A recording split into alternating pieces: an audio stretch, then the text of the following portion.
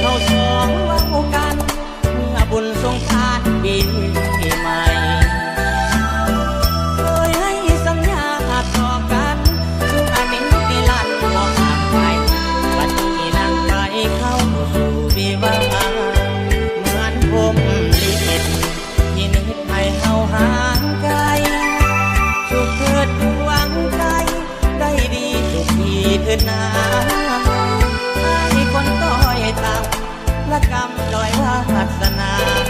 ได้แต่บวกมืออำลาทั้งน้ำตาของอ้ายตกในโชคดีเถิดนาที่หาถึงเวียนสำนักจะขอหยุดพักคนไว้ได้เพียงทางผ่านเท่านั้นบัดนี้คงมันต้องห่างไกลทั้งที่ใจลืมน้องบ่ลงเ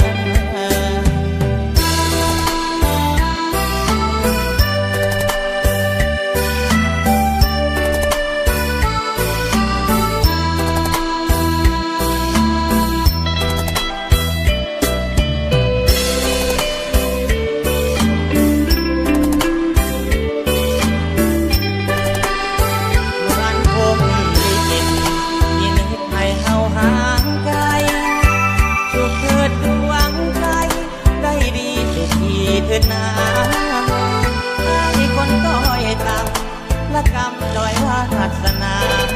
ได้แต่บวกมืออำลาทั้งน้ำตาของอ้ายตกในโชคดีเถิดนาที่หาถึงเวียนสำนักจะขอหยุดพักคนไว้